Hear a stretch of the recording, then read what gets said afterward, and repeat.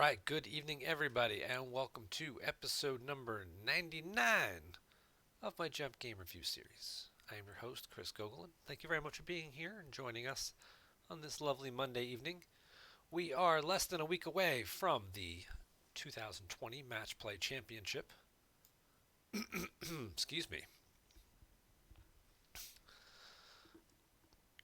You got to see the brackets revealed this week on Hollow Theater with Dan and Matt and Bill. We'll talk a little bit about those. We'll look and see if there's any games going on here, though I have a feeling that a majority of these, some of these, are going to be private games as people are starting to, fine tune their decks and play test things for the MPC, which is this weekend. Uh, So yeah, it may not be too many games for us to jump into, but there's a couple out there. I mean, obviously there's one right here, Profit versus Map. That could be an interesting game. Probably a little one-dimensional. We'll pull it up. We'll take a quick peek while we're yapping about some other stuff. See what's going on here.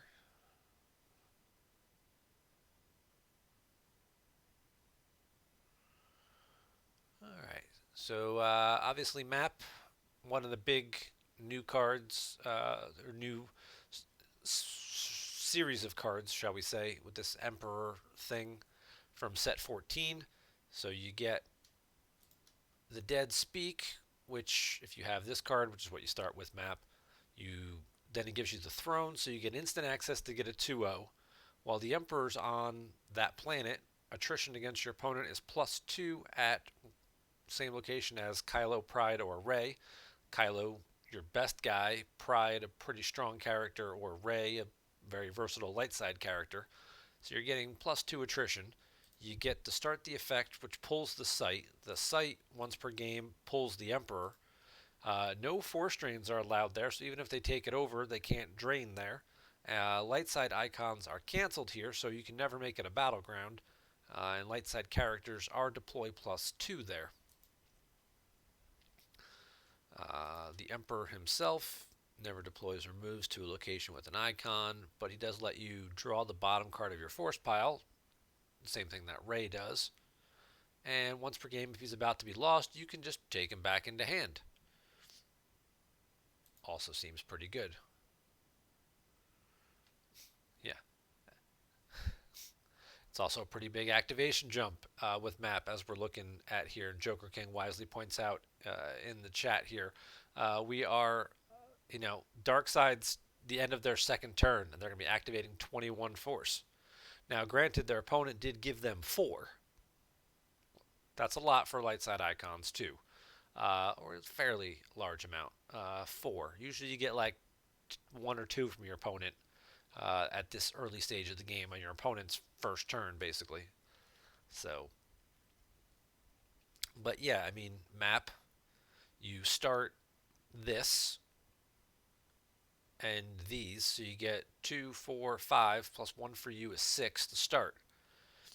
You use the Dead Speak to get the 2-0, the 2-0 to get the Emperor. So now you just gave yourself 3 extra icons, putting you up to 9. Starkiller Base pulls this. You deploy a guy here and pull Jakku. So that's 11, 12, 13 that you've just given yourself by the end of your first turn. This is the one that if Emperor on table, you can go get the system. Some people use other stuff. I've seen Kuop also be used in place of this because this doesn't do a whole lot for you. It makes the troopers forfeit +1. Or you can put any 3 cards from your lost pile out of play to deploy a non-unique trooper from the lost pile. So it gets, your non-unique guys back. Not overly the greatest thing in the world. So I have seen people, instead of using this to get the system and then maybe you put cards out of play to get a trooper back, it's like, maybe we'll just play like Kuat or something, which can let me pull either of these systems. And then any of my other ships, other than like the finalizers, like if I'm running the Chimera and Thrawn or something, um, you know, you can do some stuff like that. And then then you get your other site out as well. Um, it's all pullable. It's all big pull chains from the deck. You get a huge force activation bump. Um, the downside, of course, is map is fairly restrictive on the character pool that it has to work with. So you just put one, two, three, four, five battlegrounds on the table that are all 2 1s, and none of them say drain -1, to the best of my knowledge. Nope. You just put 5 2 1 locations that have no drain reduction on any of them. So if you happen to be playing against a light side deck, that can sprawl um, or take over your opponent's sites and kind of just, you know, take the fight to them. They've really hamstringed themselves and hindered themselves. You know, force icons are a double-edged sword, right? We always say that.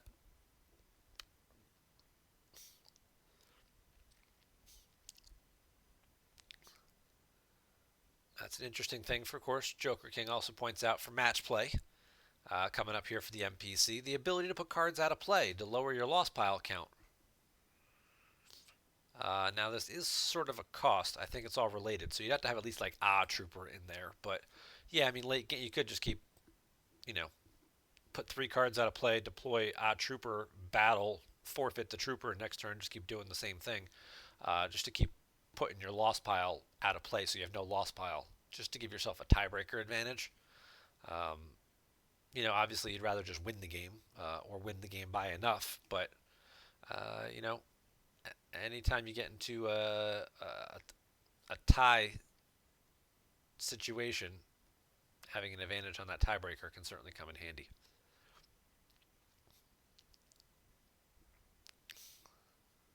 Let's go big screen on this. All right, so map, we talked about them and everything. They're starting. We've already got a finalizer with PV and Hux parked at Jakku. I guess that's how he spent turn 2. Turn 1 was Emperor, yada yada, pull all your stuff. Uh, and obviously you don't have to spend force for it, which is kind of the advantage of this effect as well, whereas Kuat would cost you 2. And if you're not playing other Star Destroyers, there's no benefit to that.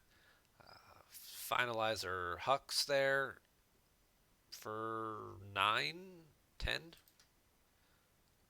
Yeah, 10. And then PV's also -1 aboard that, so 12, which you gave yourself 13, we counted, so if you pulled everything right. So now you're set up strong here. Oh, let's look at our map objective. Resistance agent is Luke. Okay, so Luke's down. Got some use pile pulls. We got EPP Leia, Chewie Protector. We got Kylo with a lightsaber. Kylo came from hand, though, so he deployed the shuttle. Didn't pull Kylo from deck. He deployed Kylo from hand outside, always running the risk when your opponent has force left that Kylo's going to get barriered and stuck inside the shuttle, which would be bad. So I guess he opted to not risk it and just deploy Kylo outside. Excuse me. Then we got another trooper down, so there's trooper number 2.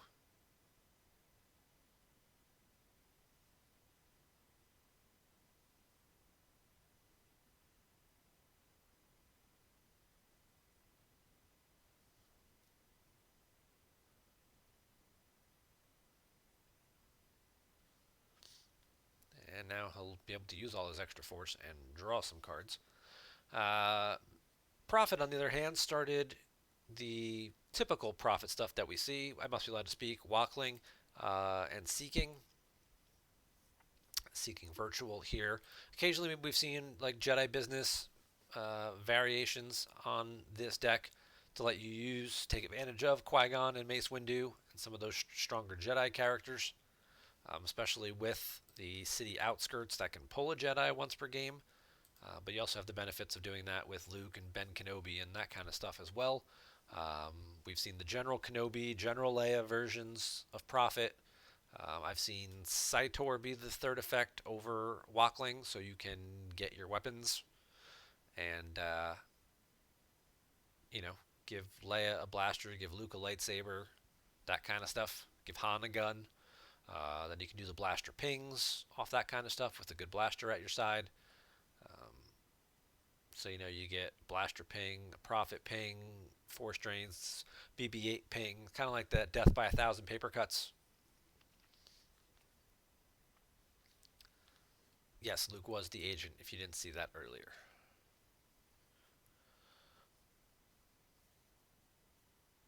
So he's got to lose 2. No Imp Decree. Imp Decree not as popular of a card, which is why some people seem to be pushing the profit, the WAP uh, agenda, because Imp Decree doesn't have a lot of targets anymore, so it's a little bit more of a situational card slot. Okay, we got our first sense.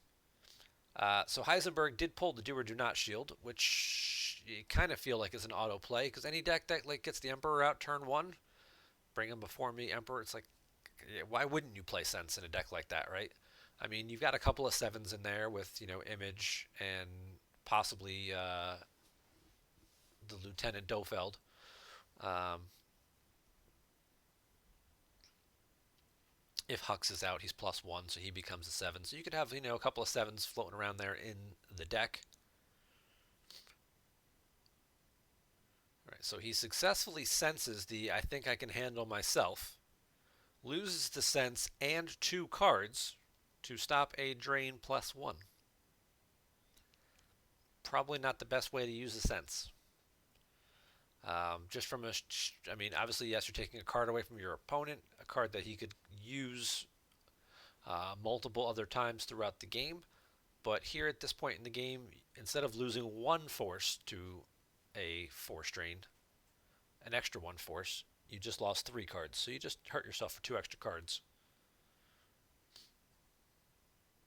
And now we've got the new Ray, who can also get pulled by the city outskirts. Once during your control phase, search your lost pile, choose 2 cards. Opponent places 1 out of play, and you get to retrieve the other. And then once per game, whoops, I think he just screwed that. Yeah, he's going to go back and get that. Once per game, may download a lightsaber on Rey. She's immune to less than 5. So I guess if you don't need to run Saitor because you're just going to pull, Rey pulls her own lightsaber, and then you've got some use pile pulls off of I Must Be Allowed to Speak for Luke, Leia, Chewie, and Lando. You can see getting away from playing a Saitor in that case.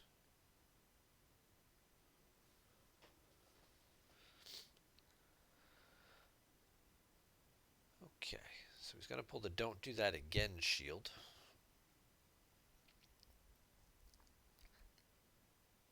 It's a good popular counter strategy against scum decks. Don't do that again. Use that to pull a gift. 3PO moves into the, or R2, or any other BB-8, any other droid you've got, moves into the audience chamber. You play a gift. Now wherever they have aliens, their force drains are -1, and their battle destiny draws are each -2.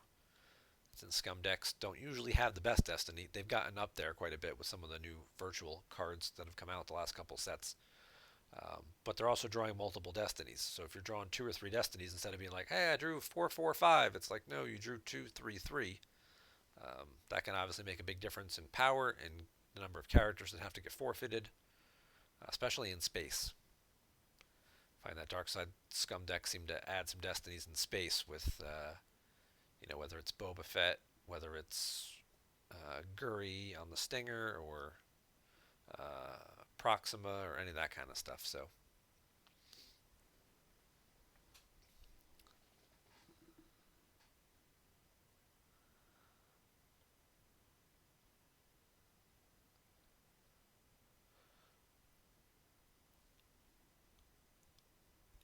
Maul does pull Weapon of the Sith to stop the weapon live. And Heisenberg is going to try and pull an immediate effect. He does find the gift. Also gives him the ability to now peek at his deck to find out what's in his reserve deck still. if he has the weapon for Ray or something like that.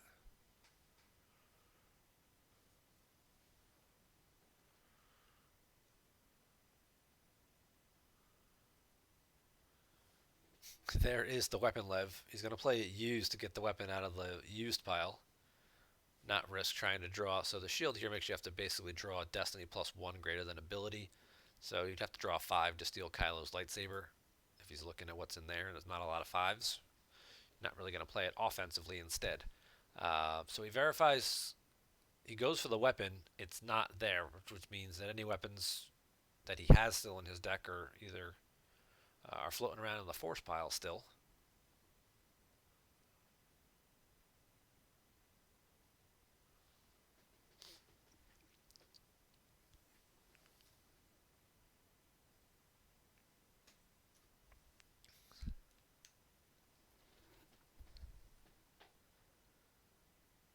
And now he's going to move 3PO over. He'll play the gift. I mean, it makes 3PO an undercover spy, which does help him block a drain.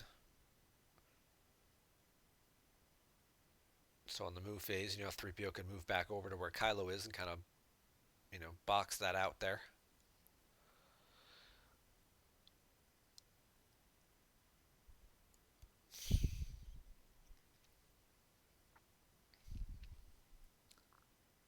Luke's going to move away.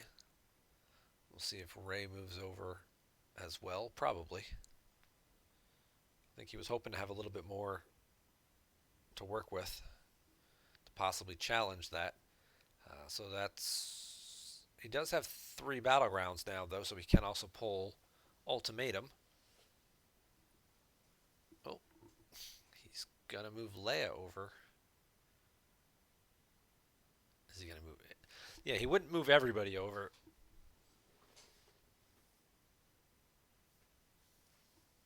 He would have left Rey there if he was going to do that. Instead, he's just going to move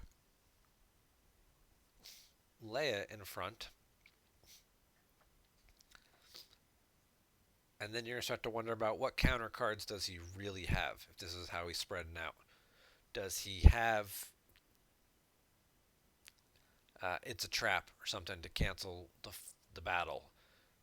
Does he have something that allows him to react? Does he have Fallen Portal because he's now at Jabba's palace and he's trying to entice his opponent to battle him so he can, you know, pick somebody off? Does he have a Sorry About the Mess combo or a Blaster Emergency so he can pump Leia's up and then hit somebody, hit Kylo?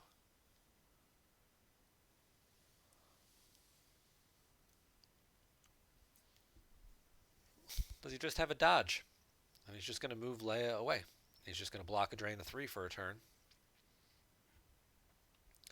And hope that his dodge goes through and doesn't get sensed.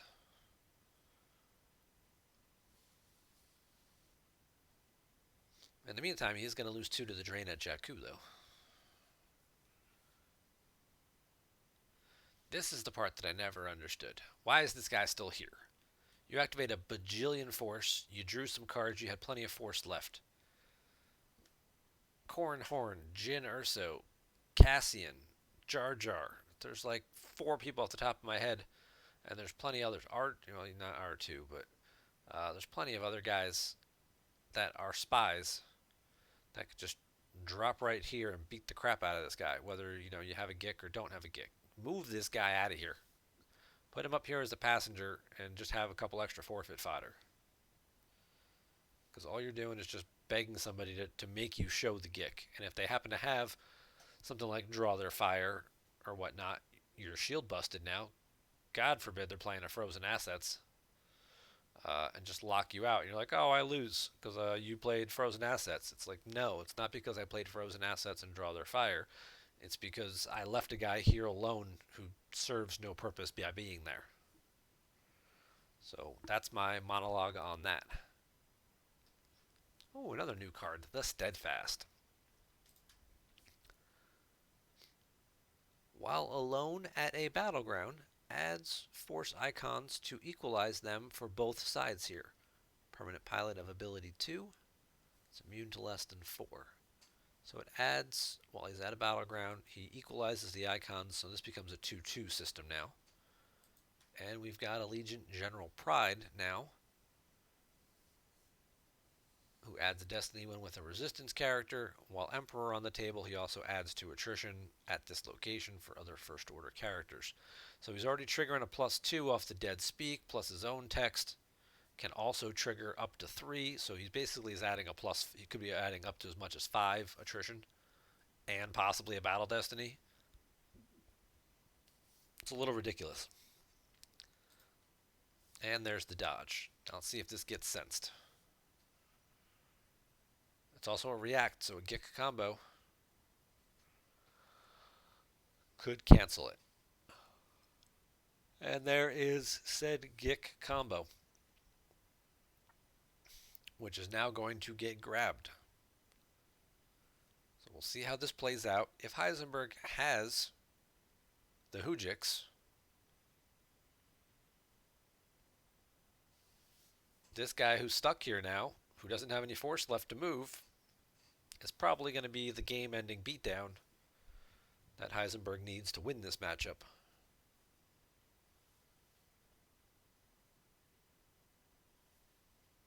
Are you not allowed to play frozen assets and profit?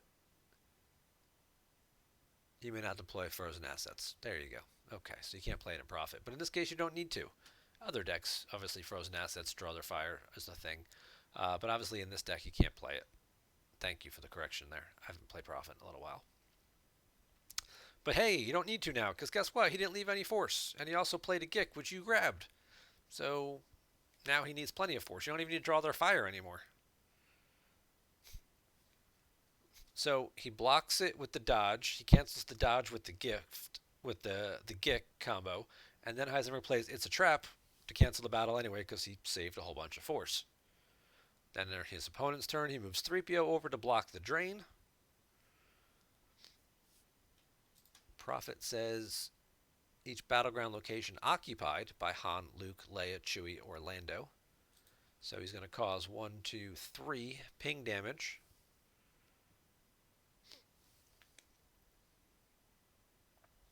He's going to use 3 force. He's going to get lightsaber proficiency.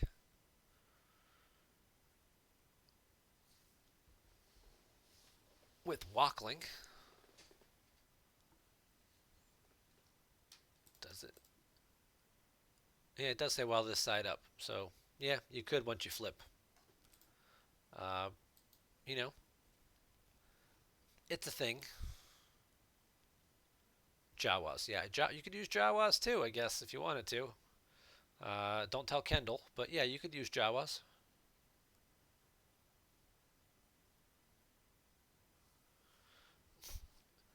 But, yeah, you know, what do you got? You got Corn Horn and like EPP Qui-Gon with lightsaber proficiency. It's like power 10, 11 to 2, hit, forfeit 0, draw destiny, and it's like, hey, peel 12 cards. In a game you're miles ahead on board position.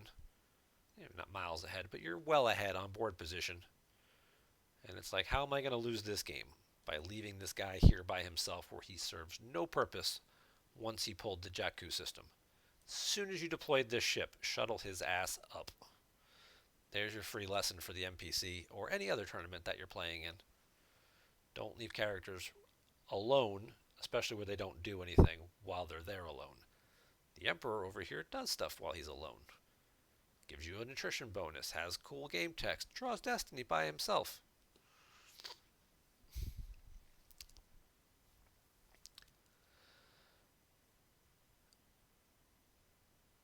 Okay, so Rey opted to have... He chose dodge and It's a Trap. His opponent put dodge out of play and allows Heisenberg to retrieve the It's a Trap.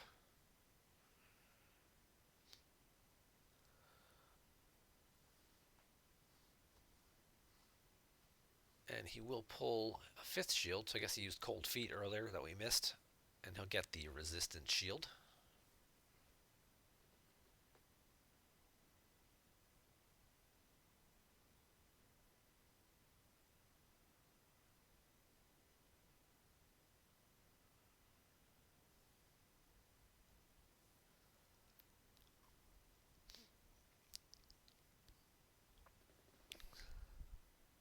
All right, here's the 3 ping damage.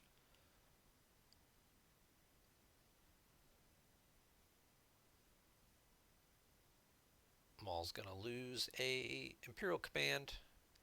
There's Mataka and a Pride as well.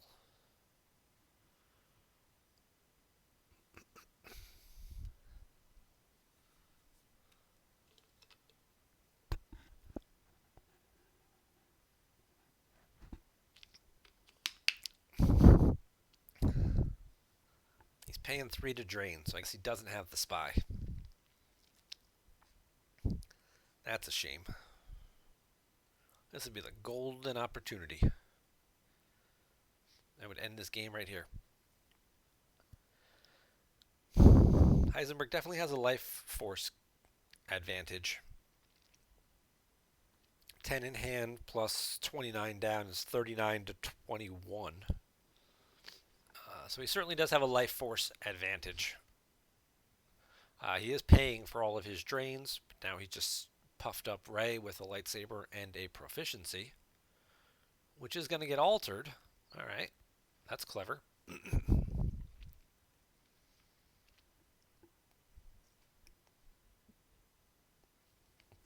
This is our new set 14 altar, by the way.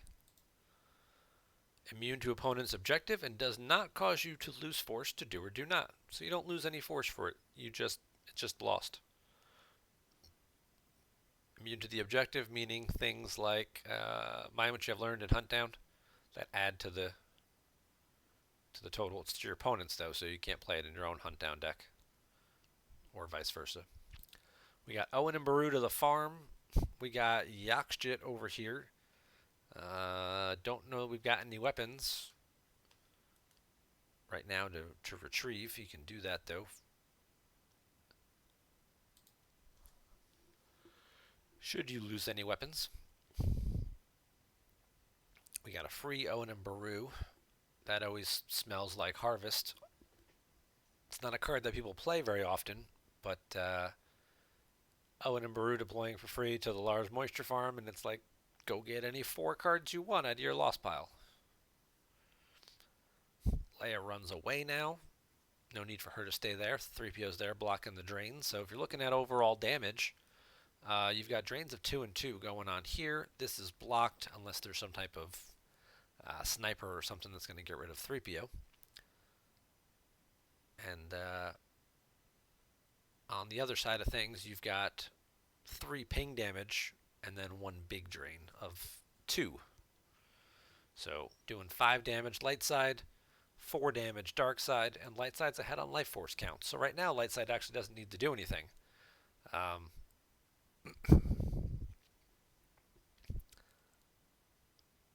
it's going to be dark side who's going to have to push the pace. The other problem earlier with deploying the shuttle, when you didn't use it to pull Kylo, now the shuttle has kind of got you landlocked into this, because now you've got to leave stuff here to defend it. This thing can't just like take off. Like when you put it over here or here, the shuttle then just takes off and it, docks on the finalizer or whatever.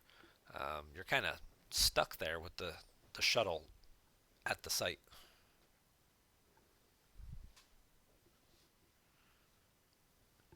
A saber user and a clash, yes, that would also be pretty brutal.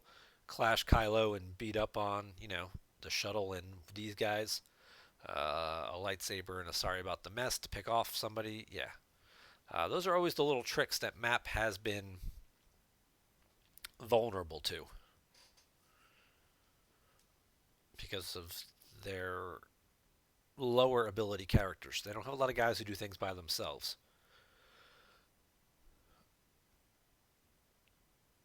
Kylo and Snoke are ability high enough to do stuff.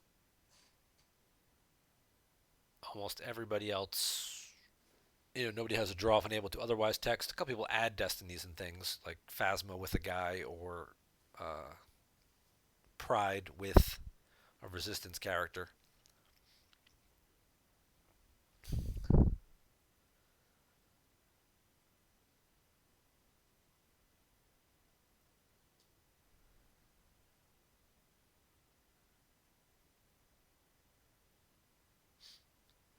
We saw him draw it for Destiny earlier. There's obviously an Ellis floating around.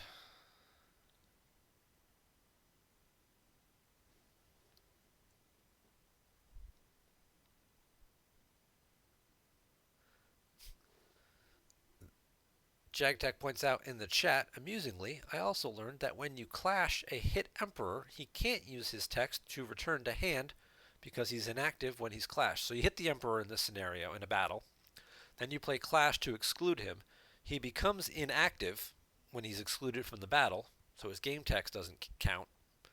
And then because he's removed from the battle by the rules, he has to be lost. So because his game text is inactive, the part that says you can take him back into hand uh, isn't seen and doesn't allow you to do that then. And if you're light side, I'm sure that'd be very amusing. If you're dark side, probably not laughing too much, but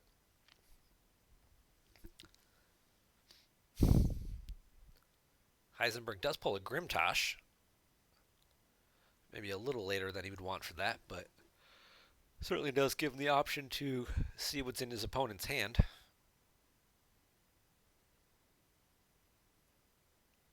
Maul's going to play a cold feet here. Maybe he's just thinking, maybe he's just stalling for time.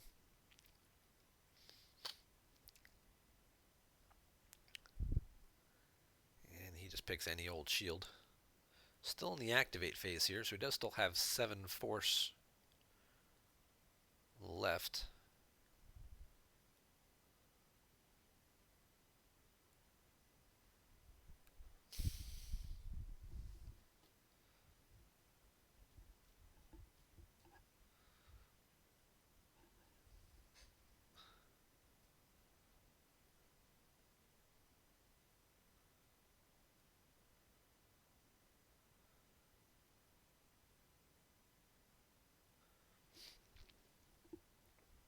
All right.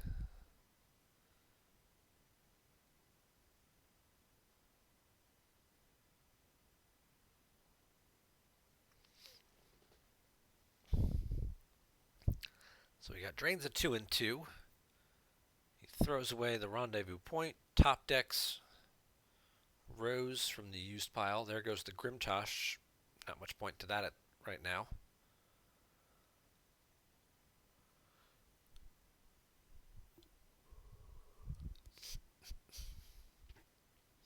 And there goes the escape pod combo as well.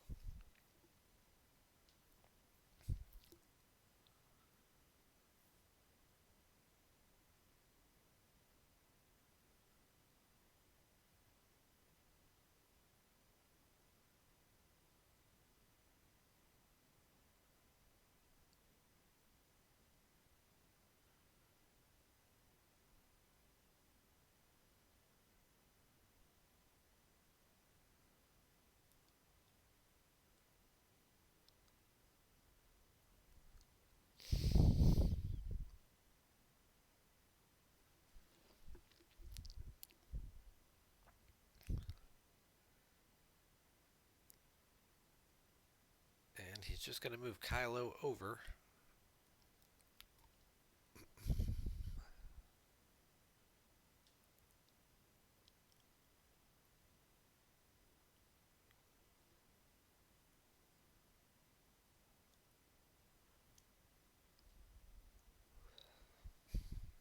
Oh, looks like he's going to change his mind.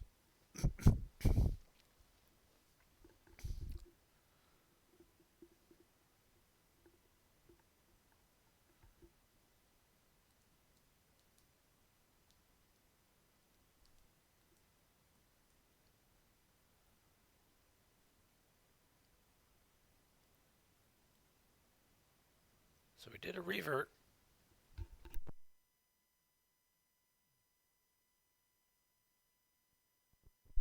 Excuse me again. So he did a revert and then moved Kylo onto the shuttle. And then takes Kylo back off the shuttle. Not sure where Kylo was going with the shuttle. Probably a misclick. Maybe he's playing on a tablet or something small.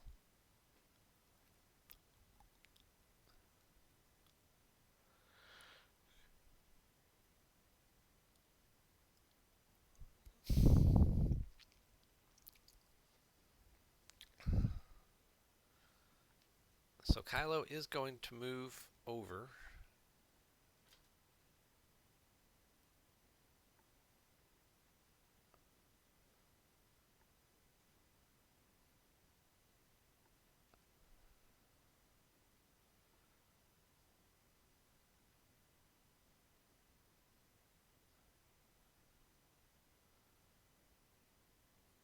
Heisenberg is going to move 3PO over to block the Kylo Saber drain. We're going to see light side move, dark side move the rest of their guys over, I guess, at this point, and leave the shuttle kind of hanging out to dry by itself.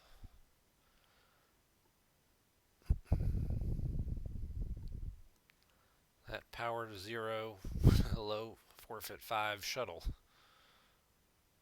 against a guy with 10 cards in his hand.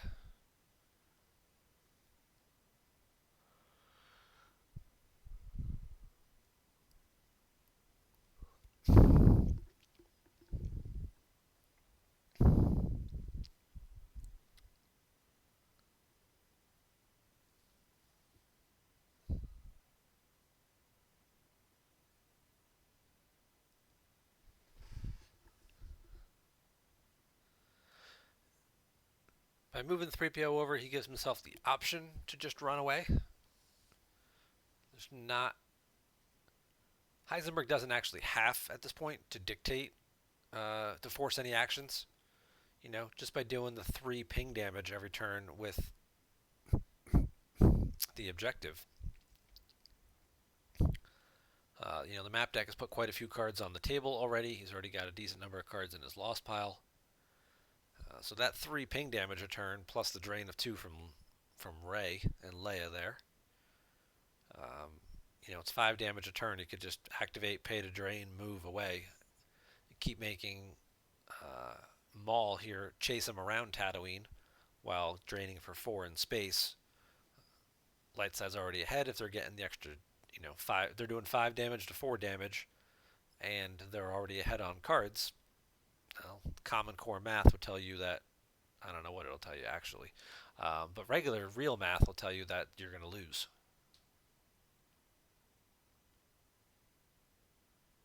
Did he forget it has a permanent pilot? I don't know. Like if the shuttle was totally empty, then yeah, right. If there's nobody on the shuttle, but yeah, the shuttle does have a permanent pilot, and Gick is grabbed. So if he does have a second Gick, it would cost him to stack it. Because that's what this little thing says. Player must first stack it here and use +1 force for each interrupt in stack. So the second one would cost you 2, and he only saved 1. Maybe he's got a barrier.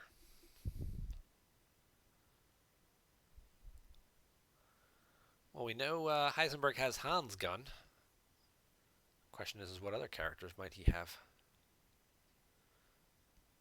It's too big of a risk to battle in this situation.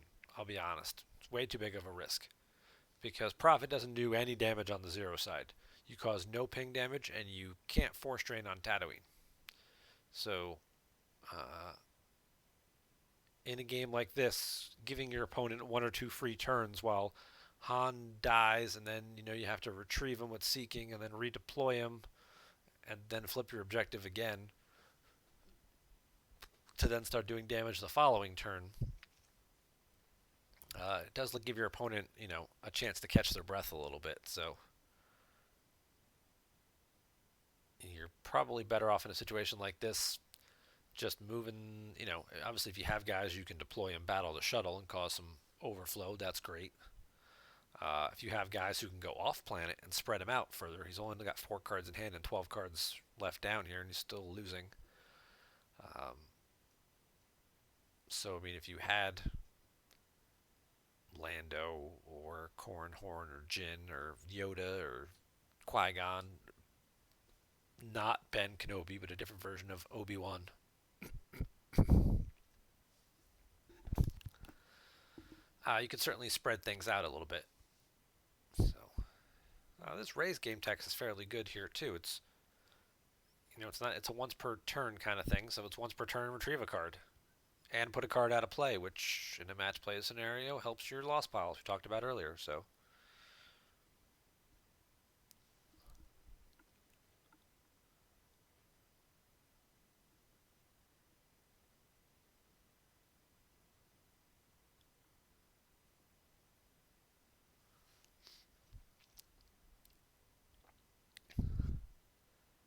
proficiency goes out of play, And the I think I can handle myself gets retrieved.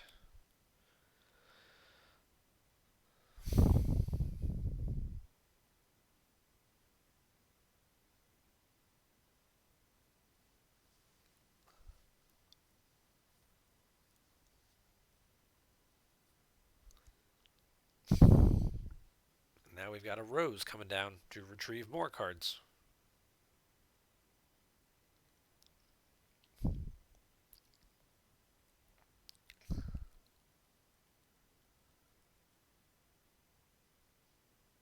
Hey, there's that APP Qui-Gon. Not quite as effective,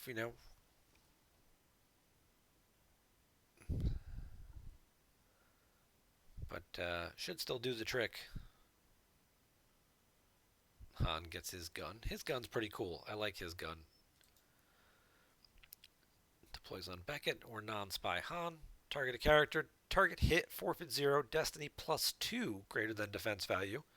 And if it's on Han, you can fire once during your control phase. So it has a built-in sorry about the mess function to it. You can also place this weapon in use pile to cancel a weapon destiny targeting him. That we're going to talk about for a second.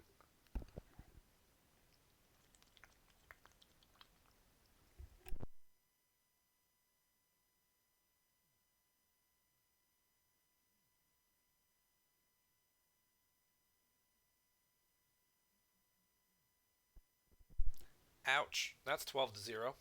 That's the shuttle and 7 cards. And without a second kick, that should be game over, most likely. But anywho, so in profit, you have to be careful with this because while armed with the blaster, Han is defense value +2. So Han becomes defense value 5. If you throw the gun in the use pile to cancel the weapon destiny targeting him, it lowers his defense value back to 3 because he's no longer armed with the blaster. So like they swing at him with the lightsaber, and that first destiny, like they draw a 4, and you're like, okay, well he's not hit yet, and then they draw another 4, and you're like, oh crap, he's hit now because it's an 8. I'm gonna throw the gun to the use pile to lower, to cancel that second 4. Okay, but now you've just lowered your defense value to 3, so you're still hit. Um, just something to keep in mind. Obviously, putting the gun in your use pile is advantageous because it gets you a card back, and when you redeploy Han and get him out later again, you can try and put the gun back on him. So it probably still works out in your benefit like that, but make sure you think that through and actually want to do that before you go any further. So he didn't have anything cool. He peeled 7 cards: a barrier, a laser cannon barrier, battery, a Mara Jade, a point man, a sense, all off the reserve deck, Mataka, and command. So he peeled 7. And now Heisenberg can freely just move away and win the game in 2 turns.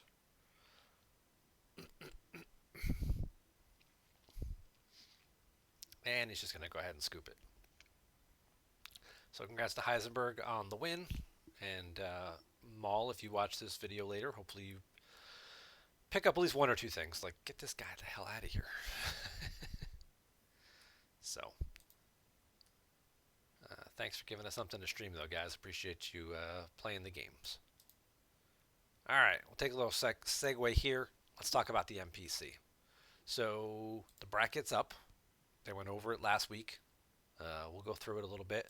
This is a big thing I want to remind everybody of. Of course, your deck lists are due by 4 a.m. on Friday, not Saturday, the day that everybody starts playing.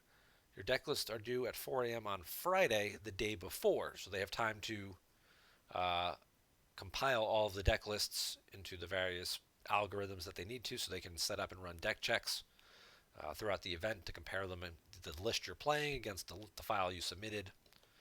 So they do that. They need that a day in advance to get all that coordinated. Sorry, I can't shake this thing. So basically, before you go to bed Thursday night, make sure you submit your deck lists. You also have to play those 2 lists for the entire, however many rounds you make it through that weekend. Those are the decks you're playing Saturday and Sunday. Can't change decks till the following weekend. There's a prediction contest for the bracket where you can predict some winners. You just click this little button here that says prediction leaderboard. We'll open it up. Oh, it's going to make me log in. Hang on. There we go. Oh, data breach. Got to change some passwords. Okay, good to know. All right, so we got a handful of people who have already made their predictions. Joe Olson, Joe Olson, Joe Olson, Joe Olson. Yeah, he seems to be a popular pick, and I can understand why. He's won this event before. A lot of Joe Olsons. Some people still finishing up their predictions. Yep, you still have time to get yours in. This is probably due by Saturday morning before the first games kick off. So go ahead and get your predictions in, fill out your fun bracket, and see how good of a guesser you are.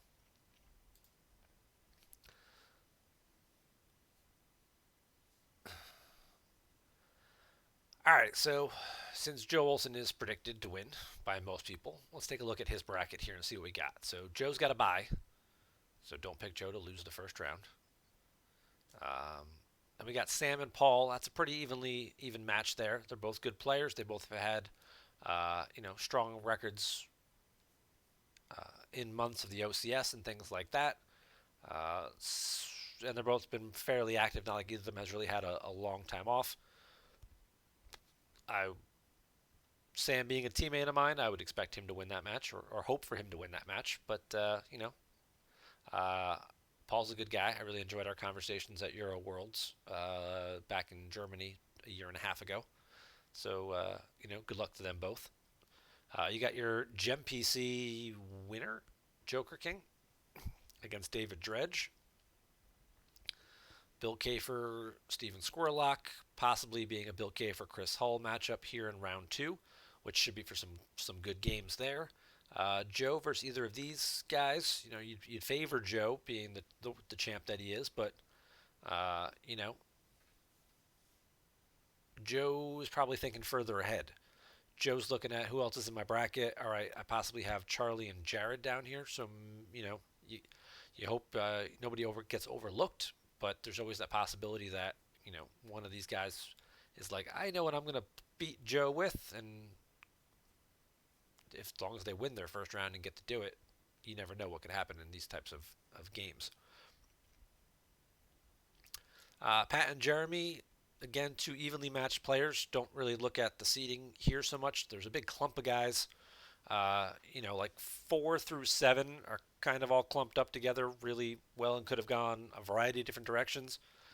But the teammates aspect of it and the different time zones, because we're playing 7 a.m. and 10 a.m. games, so they're kind of splitting people up into 2 different groups there. So the time zones had also a bit of a factor to kind of flip things around a little bit, move things around.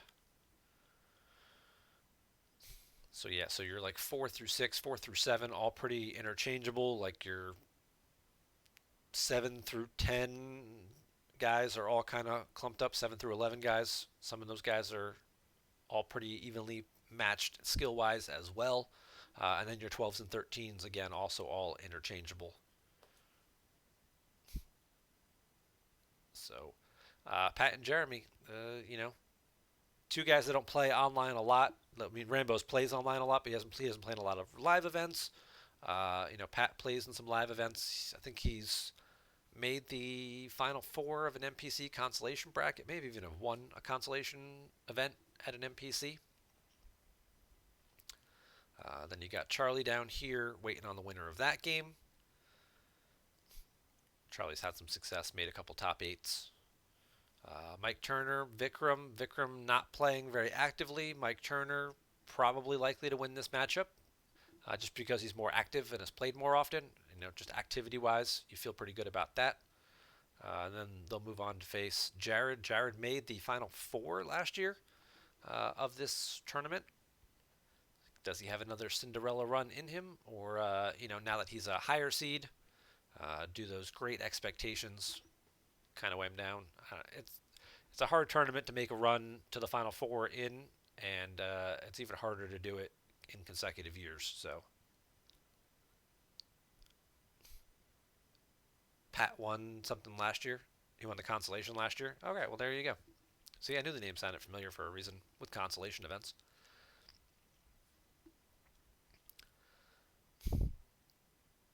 So yeah, most people obviously in the prediction contest are thinking Joe's going to pull out of this bracket, but it wouldn't surprise me at all to see, the winner of this Joker King Bill matchup get to the top eight and get out of the or final four, come out of this bracket, possibly upset Joe, or get to the top eight. We'll say upset Joe and get to the top eight and face off against the bottom half of the bracket. Would not surprise me. Um, Too much, a little bit. Anytime a number one seed loses, there's always a little bit of surprise. But it's certainly possible. These guys are both great players, and uh, obviously things can happen along the way. And then the bottom half of the bracket, uh, you know, Mike could pull off an upset over Jared. Either of these guys could pull off an upset over Charlie. So kind of a wide open bottom half, but if you're betting against if you're going against the seeding and you're like who could be a surprise to come out of this, I could see like a Charlie Chris Hull kind of 3-4 matchup for the top eight as a possibility.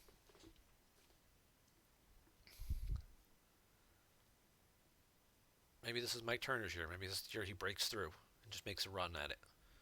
I don't know. Some interesting stuff going on here. Our second bracket over here, the Chris Kelly bracket, overseeded, over design advocate. But no, I'm just kidding. He won the event the last time we played it in person. Uh, so congrats to Chris. He also has a U.S. Nationals championship under his belt as well. But he's got the unenviable task of waiting for the winner of the Scotland Grill Rich Kraft matchup. Scott not is known for playing very unorthodox, unconventional decks. So then you start putting yourself on, well, what could Scott be running with there? Oh, wasn't paying attention. Uh, and if you start thinking too far about that, making sure you get past Scott, well, what if Scott doesn't win? And now you've opened yourself up to not having the cards you need to beat Rich. Or, great, you won, you got your bye, and then you beat Scott. And now you're sitting here waiting on Timo or Matt Lutz, two guys, who also were in the final four of the GEMP PC and could easily come out of the top half of this bracket. So again, lots of interesting matchups and things that could sort of play out in here. You look at the bottom half of the bracket, you got, Shaw and Werfs, two strong players. Werfs has made a couple of top eights in the last couple of years, a couple of top final four at Nationals 2 years ago, where I think he lost to Greg in Minnesota in that final four. So could set up a rematch of that. Matt Scott made a deep run to the top eight last year, I think, in the MPC. I think that's right. I think Matt and I played in the top 16, and he squeezed by me by one card and made it to the next round, where I think he lost to Jared by like 1 or 2 cards um, for Jared to advance to the final four. That sounds familiar. But you got Justin Mayashiro, who's always been in that conversation of the next breakout star, or just a guy who's always kind of hovering around the top eight. Who's kind of put up some 5 and 3s at some big events, and just kind of that one win shy of getting over that hump. Could certainly be his year. Taking on a returning Minnesota guy, Garrett Larson. Garrett, one of the former advocates from way back in the day, kind of coming back to the game. He's been a moderator on the forums for years, but hasn't really actively played much.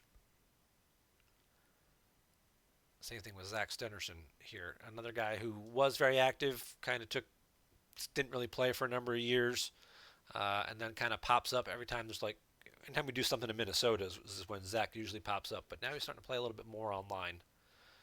We've seen him in a couple of online majors event in the COVID era. But, I would not put my money on Chris Kelly making the final four out of this bracket. Between the Timo Matt Lutz possibility, between, dodging this bullet and then this bullet, and then the Shaw Wirfs bullet as well. Chris, great player, certainly capable of it. If you're taking Chris Kelly against the field in that bracket, I'm taking the field.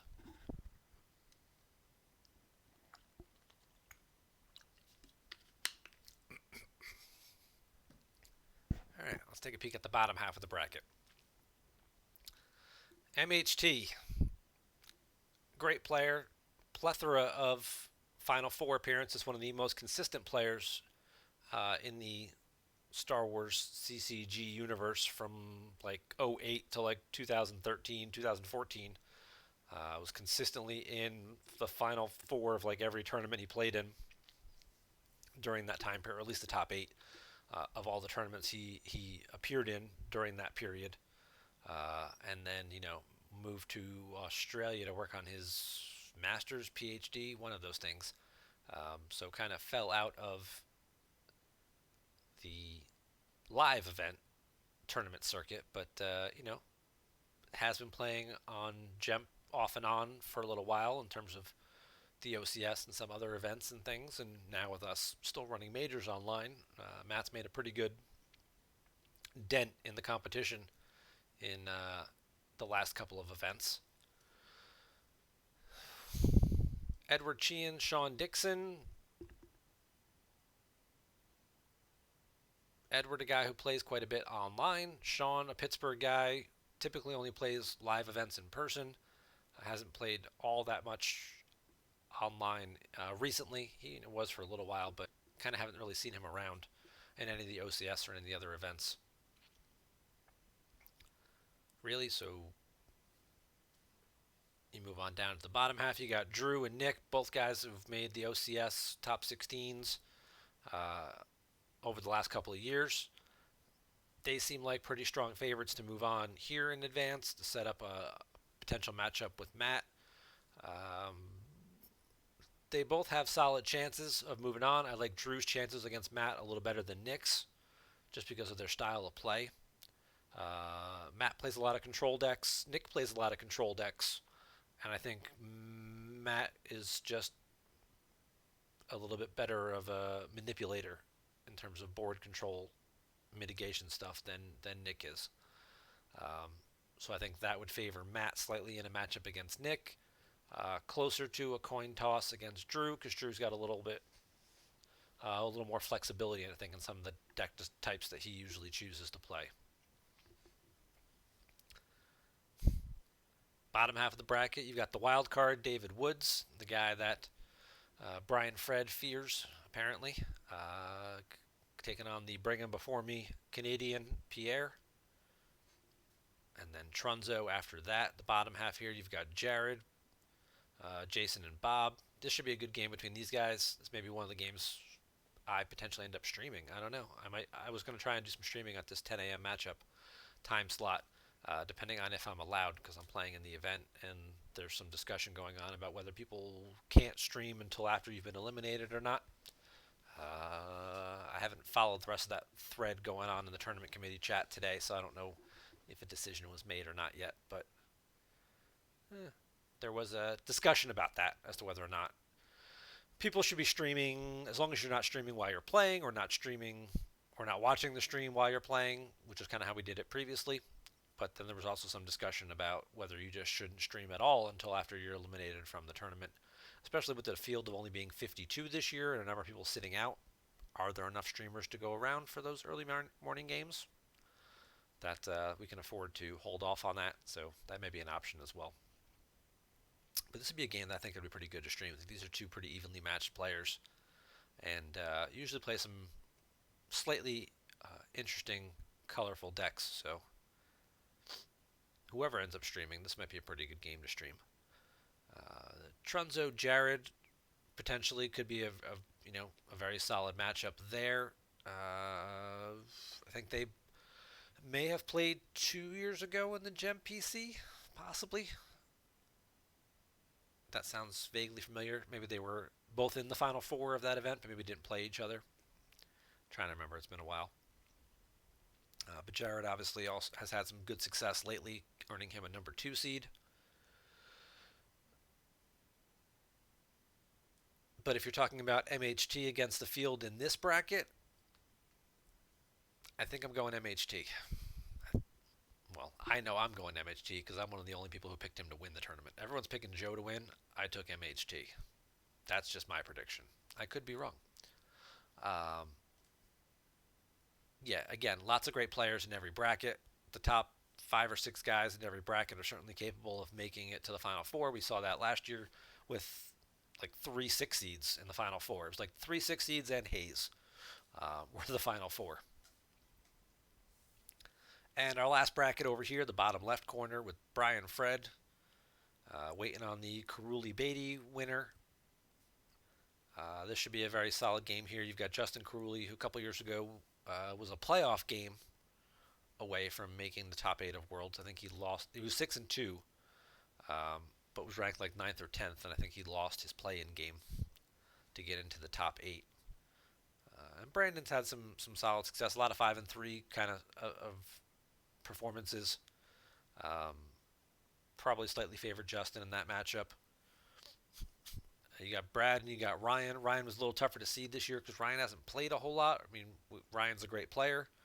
Um, he won the team tournament with his wife at the Andorra Grand Prix last year in our last live event that we held. And certainly does play some creative and off the wall decks. Ryan could certainly make a run through the bottom half of this bracket. Brad plays pretty solid decks and has been a consistent player for quite some time in the OCS and things like that. Always putting up 9-3s, 10-2s each month. I think he's qualified for the top 16 at least once.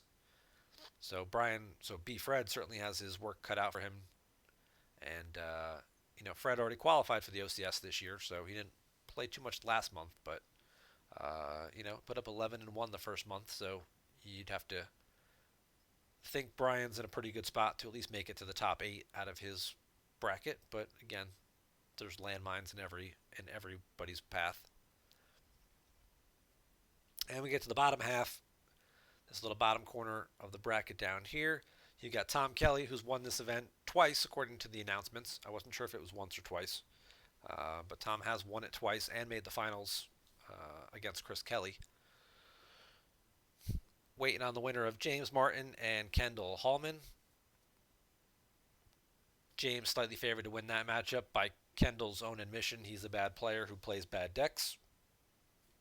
Not that I really think he's really that bad of a player or that his decks are really that bad, but he always likes to do something quirky, and sometimes it works and sometimes it doesn't. So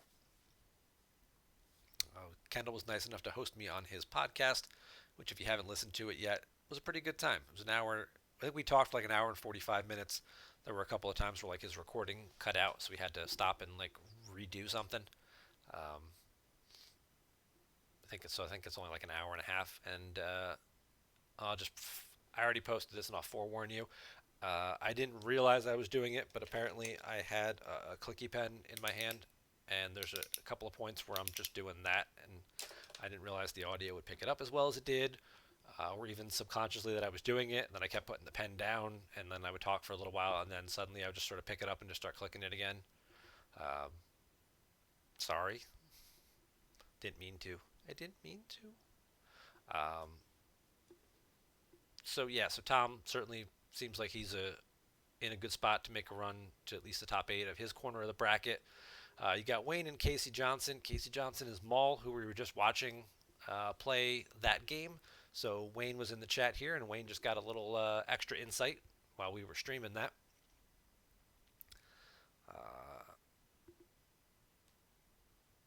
And if Casey leaves himself wide open to a beatdown like he just did with that the shuttle or the first order stormtrooper there, I think Wayne's chances of advancing are pretty good.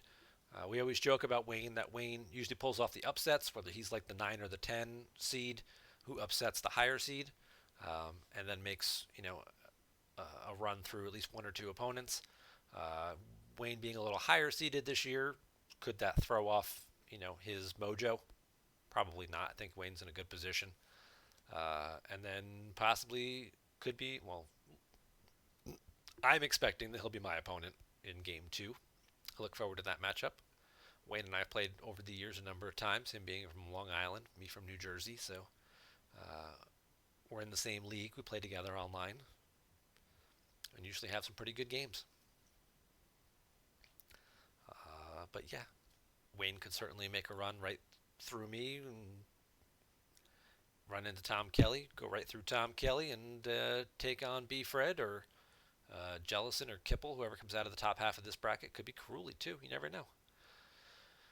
B. Fred can be fairly predictable sometimes in certain things.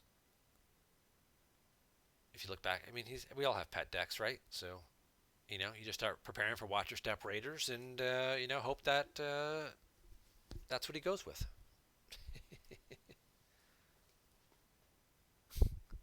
Add 6 spies to my deck. Got it. Yeah, there you go. There you go. What's that? What's that effect? Kane Addis. I know it's a dark side card. Is there a light side version of that? Encampment? I don't. Nah, I think those don't work. You have to occupy the site first. I was gonna say just deploy it on the site. Use. Yeah, never mind. I'm getting way out of field here. Like, yeah, use Walkling to pull it, and then put it on the site, and then you can deploy guys without spies. It doesn't work like that. But best of luck to all 52 entrants in this year's MPC. A little sad it was only 52. I would have thought it being online and everything, but we had a full bracket last year and had a few people who wanted to get in but couldn't, and we were doing last minute shuffles before posting the bracket to get people into the event. So only having 52 this year, I'll say it, even if nobody else will. I'm disappointed by that.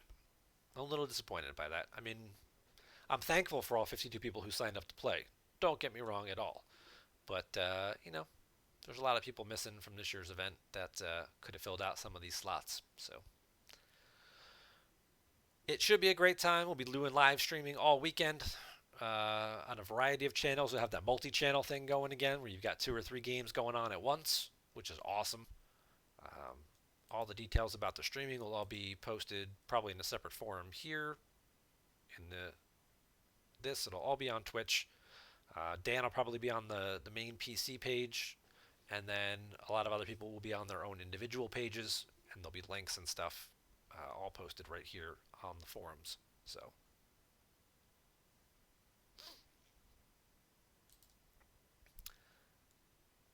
all right. So we got some more private games. We got some casual games. Oh, uh-oh. Here's Bill's opponent. There you go, Bill. We'll get you 5 seconds of scouting. He's playing Watto. Look out.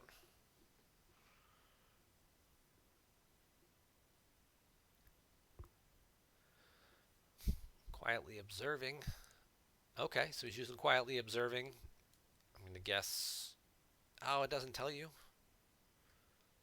who he revealed. I'm going to guess he revealed Watto. Yep, he revealed Watto. Sebulba the other one? Yep, Sebulba was the other one. So for those of you unfamiliar with this quietly observing card, you can make 2 characters in your deck, 2 aliens from hand or reserve deck, make them assassins and Black Sun agents. And then when they're Black Sun agents, you can then use Shizor's Bounty.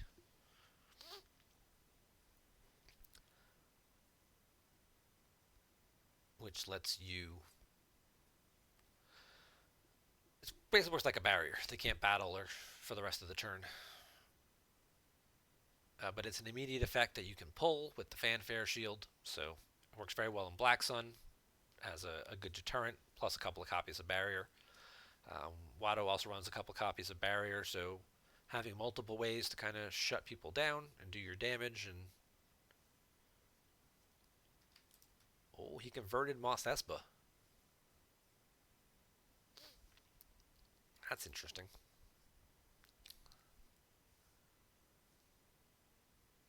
Alright, so he retrieves 5, gets back Leia, Old Ben, Rendezvous Point on Tatooine, Projection, and it could be worse. And then Squirlock plays the imbalanced Kinton Strider combo to make him lose half, which rounds down, I believe it says. Round down, yes. So he loses 2 force. And he top decks Odin Nestler and Qui-Gon Jinn. So he's got the anti-alien Qui-Gon here.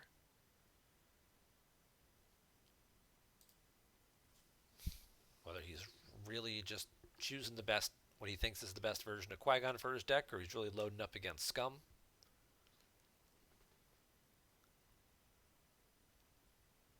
Oh, I definitely understand that on Terrace. It's a complex game to learn. It's kind of one of the reasons I do the show is to help try and provide little bits of knowledge, little bits of lines of play and things like that, and why certain strategies work better than others, and just sort of also help with the fundamental rules of the game that some people also struggle with, and it's can definitely be a big time commitment for sure. Even just finding time to play 5 or 6 games to test the deck out to be like, what do I need to change? What do I need to adjust? Do I need 3 Wattos or 2 Wattos in this deck? Like, how often am I finding him and him dying, and little things like that that can take a time commitment, and then finding people to play against. So there's definitely a big aspect to that, and uh, I myself have not put nearly as much time into the game the last couple of years as I once did, and it's shown. There have been certain times where it's really shown more than others. Some days I can still wing it and get by. Other days, yeah, not so much. This year's tournament certainly could be a possibility there. We got a big battle going on here, though, with the Mara Jade. Master Luke trying to bounce Mara Jade and draws a 5 and misses. Would have gotten Aura Singh, but doesn't get Mara.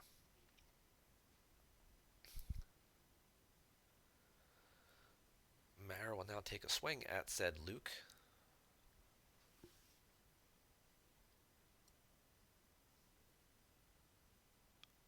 And Luke is going to be hit and forfeit 0.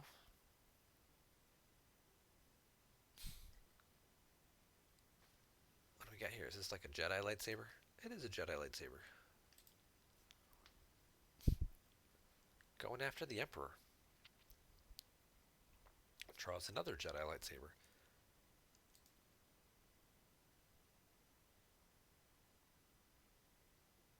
And misses. So he did those. Alright, so if he had gone for Aura with the Luke's text, would have bounced her back to hand, and if he had swung at Mara, he would have hit her. But he went for Mara and Emperor and missed both. Aura is going to shoot at Rey and miss.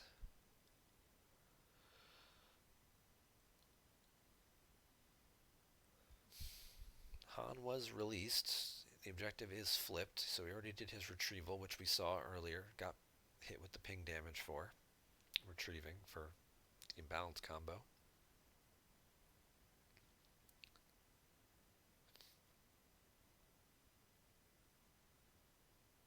So Luke is going to die. He's going to Jedi Lev to get Hera into hand.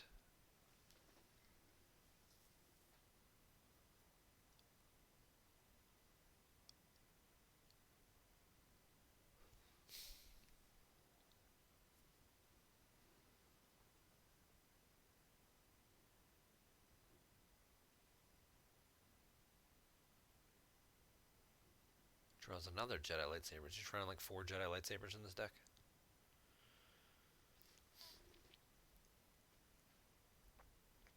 Oh, and Darkseid draws Quetzal. It's a curious choice. I guess he added an extra system now that you can't do. Now that Mustafar doesn't pull Vader's castle anymore.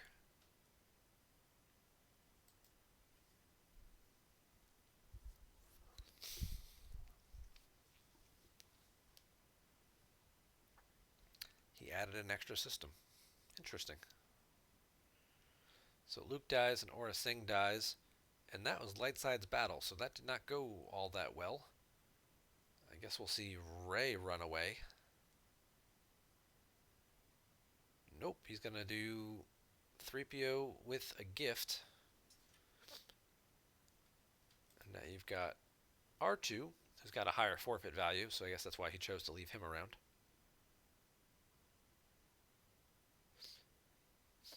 If at a battleground site with 3PO, may subtract 1 from each opponent's battle destiny at same and related sites. Did he do this? No, it didn't matter because he drew Kessel. He didn't need to. Right, right, right. Hmm.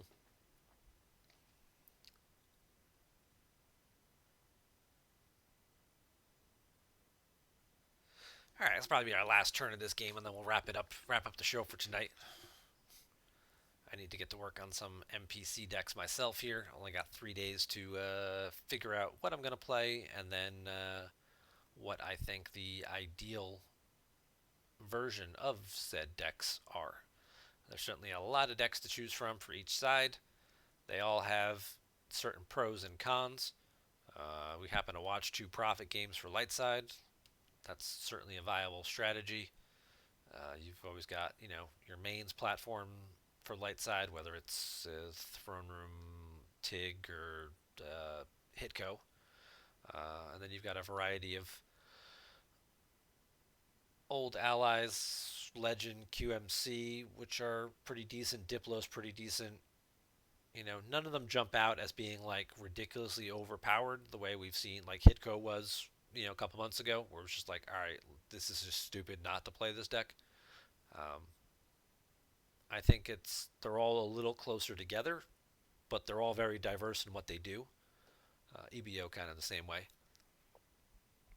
as well, and they also have their rock paper scissors matchup. Yavin 4 ops, another uh, decent deck as well. No idea, of course. The other one I think I forgot to mention. That's also pretty solid. Um, and then you look at dark side deck options, and there's 6 or 7 viable strategies there. You got certain variations of Scum, variations of dark side mains, whether it's you know Court, CCT, or my kind of Scum. Like, this isn't really a thing, but Court or CCT are both pretty strong. Um, Watto's obviously a fairly strong, more of a mains style deck. Hunt down V, a stunning move, all pretty solid.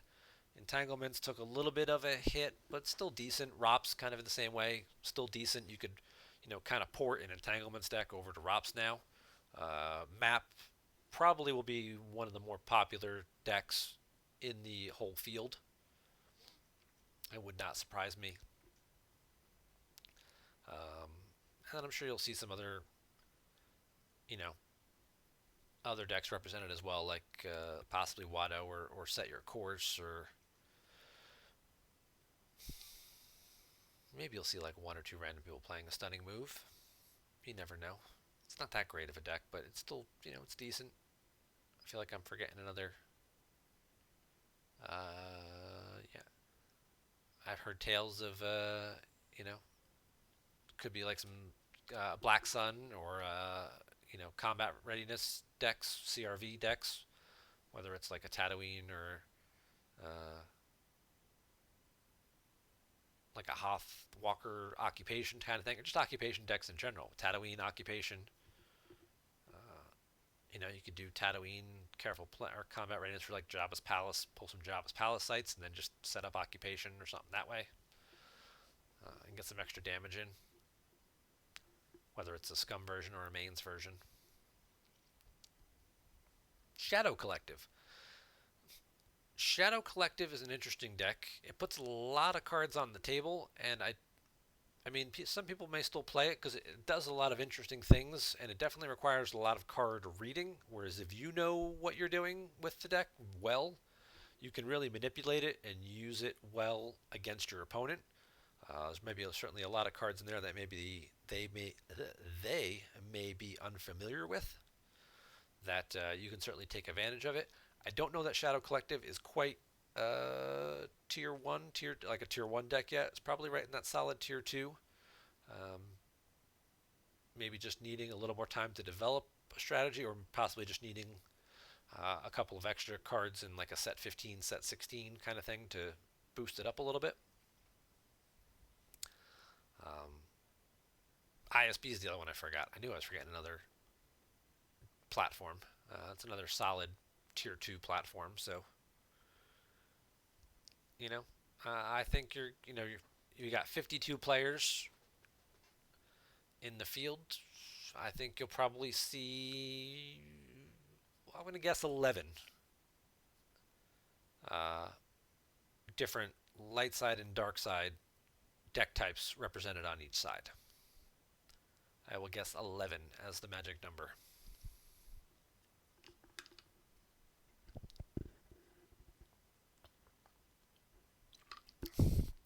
While we were watching this game, BB-8 and Ray died, and P-59 got lost as well. Did P-59 shoot anybody? Yes, he did.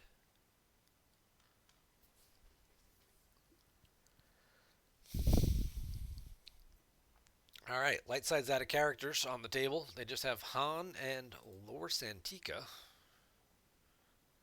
One of your other resistant characters present can make a regular move.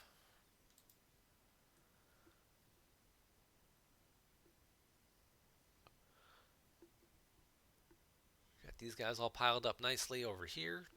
Could possibly be threatening a bigger drain. Hasn't gone to space yet. 3 systems in his deck. You'd have to think he's got to be running 3 or 4 starships. Prophet not known for playing space. So it's a little surprising that somebody's not down at one of these systems yet. Could also squeeze out an occupation since you've got 2 battlegrounds.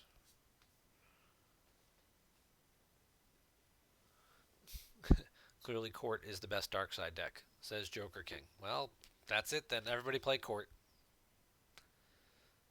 Everybody play Court. Court and Throne Room, ready, go. Court first Prophet. It's a scenario tournament. Every dark side deck has to play the Court objective. Every light side deck has to play the Prophet objective. Ready, go. That'd be interesting.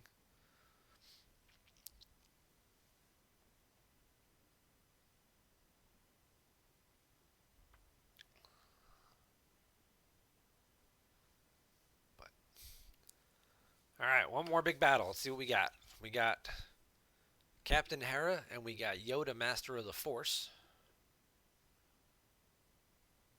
Hera will add a Battle Destiny because she's with an Imperial.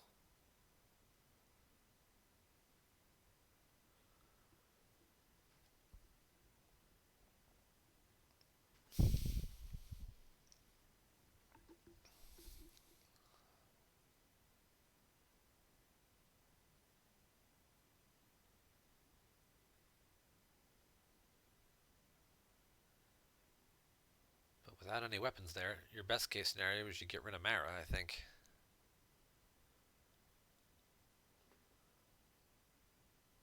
Court versus Prophet tournament. Yeah, that'd be a fun tournament. Talk to Batmouse. We'll set that up. Make it like a weekend sprint event or something.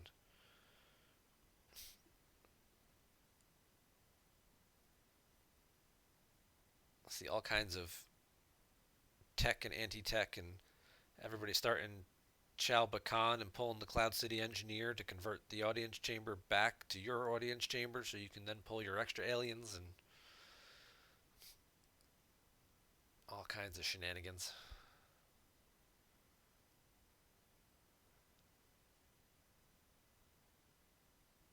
Alright, so Hera got hit, forfeit 0. Light side draws a 2 and a 1. It's good enough to get Mara. R2 is probably going to end up dying here. Multiple copies of the client, huh? Another set 14 card.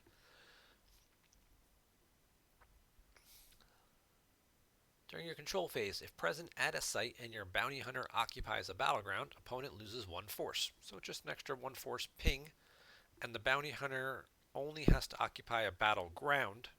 So you could pile this guy up here and then have like bounty hunters in ships or something like Fett and Slave 1 flying around up in space, causing 1 ping damage. It's interesting. Once per game, if you just lost a bounty hunter, you can take into hand a bounty hunter. So if you lose your Boba Fett off your ship, you can go get your other Boba Fett, or your Jango Fett, or whoever else may be. But all right, well, this has been a fun show. Episode number 99. We're 1 week, we're 1 show away. Probably won't be next week after playing in the MPC, hopefully all weekend and doing all kinds of streaming. and then having the finals the following weekend. But we're getting closer.